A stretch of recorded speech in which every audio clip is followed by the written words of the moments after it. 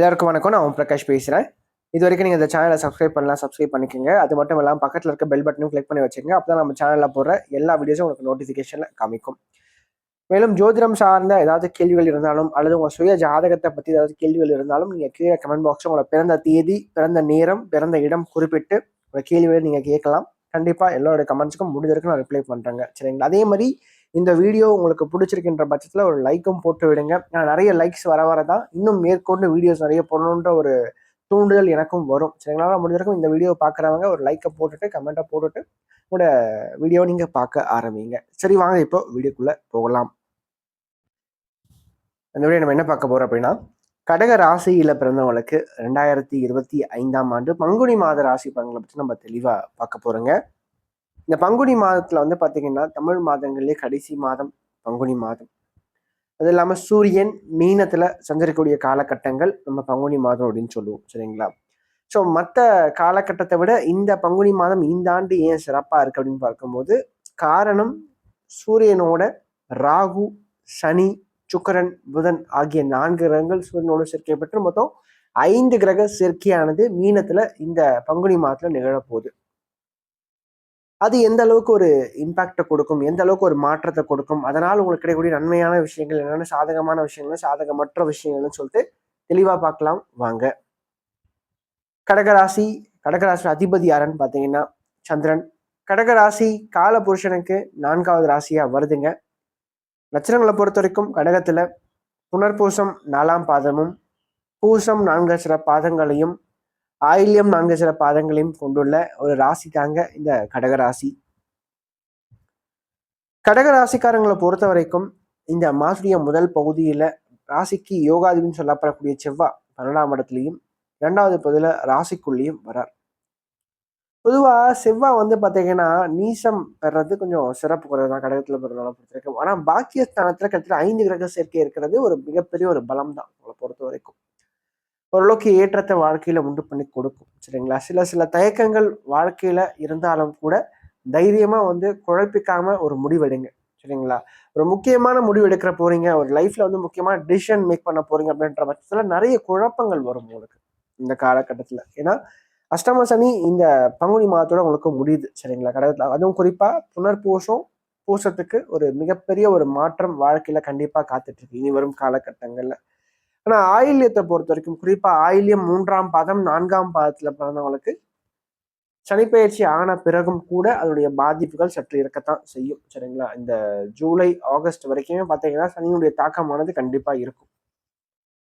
அதன் பிறகுதான் ஓரளவுக்கு மாற்றங்கள் வாழ்க்கையில வரும். சரிங்களா? அதையும் நான் தெளிவா சொல்லிடுறேன்.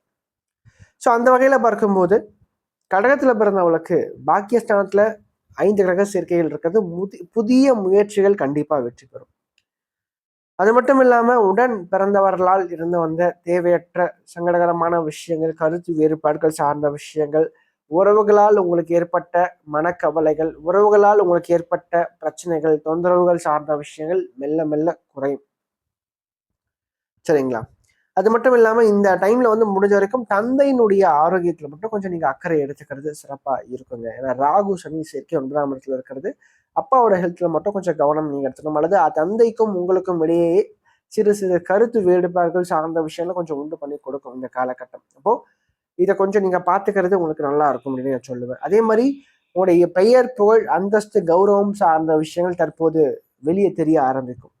நாள் வரைக்கும் பாத்தீங்கன்னா நீங்க ரொம்ப ஹார்ட் ஒர்க் பண்ணி கஷ்டப்பட்டு உழைத்தாலும் கூட ஒரு அங்கீகாரம் கிடைக்காம இருந்தவங்களுக்கு இனி வரும் காலகட்டங்கள் ஒரு அங்கீகாரத்தை பெற்றுக் கொடுக்கும்.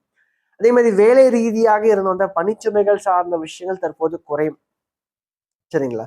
கொஞ்சம் ஸ்ட்ரெஸ் இல்லாம ஓரளவுக்கு சந்தோஷமா, ஓரளவுக்கு மகிழ்ச்சியா, ஓரளவுக்கு ரிலாக்ஸா, அதுதான் முக்கியமான விஷயம். ரிலாக்ஸா நீங்க உங்க வேலையை நீங்க பார்ப்பீங்க.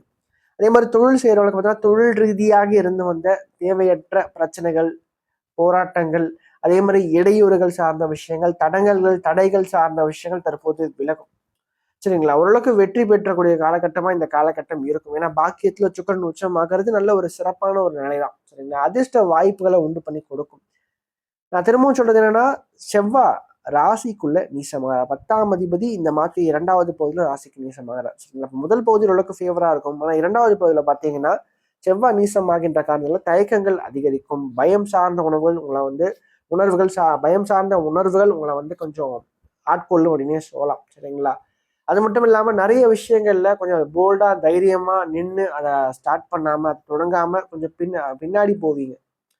ஒரு தயக்கம் சார்ந்த விஷயத்தால எதையுமே தள்ளி போடுவீங்க. சரிங்களா? நாளைக்கு பார்த்துக்கலாம், நாளைக்கு பார்த்தான்னு சொல்லிட்டு முக்கியமான விஷயம் எல்லாத்தையுமே நீங்க தள்ளி போடுவீங்க. அது கொஞ்சம் சிறப்பு கிடையாது.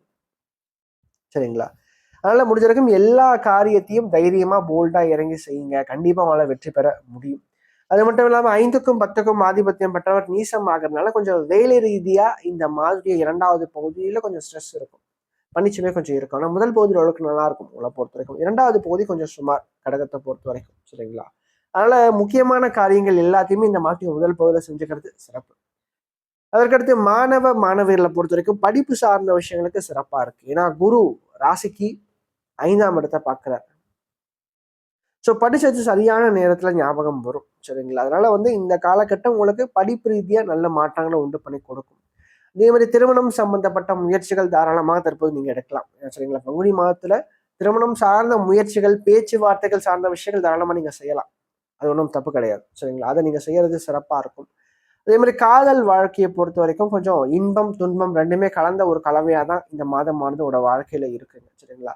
கொஞ்சம் விட்டு கொடுத்து கொஞ்சம் அனுசரிச்சு போறது கடகத்துல பிறந்தவங்களுக்கு சிறப்பா இருக்கும். சரிங்களா? அதே மாதிரி நான் சொன்ன மாதிரி 2வது பகுதியில வேலை தொழில் சார்ந்த விஷயங்கள் கொஞ்சம் பின்னடைவுகள் இருக்கு.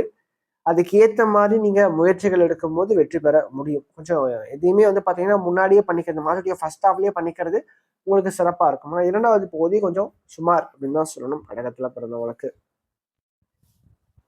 மேலும் இந்த வீடியோ உங்களுக்கு பிடிச்சிருந்தா லைக் பண்ணுங்க. பிடிக்கலன்னா நீங்க தாராளமா நீங்க டிஸ்லைக்கும் பண்ணலாம். சரிங்களா? அதே மாதிரி இந்த வீடியோ பத்தின ஏதாவது கேள்விகள் எதுவாக இருந்தாலும் நீங்க கமெண்ட் பாக்ஸ்ல கமெண்ட் பண்ணலாம். அது நல்ல விஷயமா இருந்தாலும் சரி, கெட்ட விஷயமா இருந்தாலும் சரி, உங்களோட தோன்ற விஷயங்கள் நீங்க கமெண்ட் பாக்ஸ்ல கமெண்ட் பண்ணுங்க. அது சரியா இருந்தா இன்னும் எனக்கு பூஸ்டப்பா இருக்கும். அது தவறான ஒரு இதுவா இருந்தா நான் அதை திருத்திக்கிறேன். சரிங்களா? நன்றி, வணக்கம்.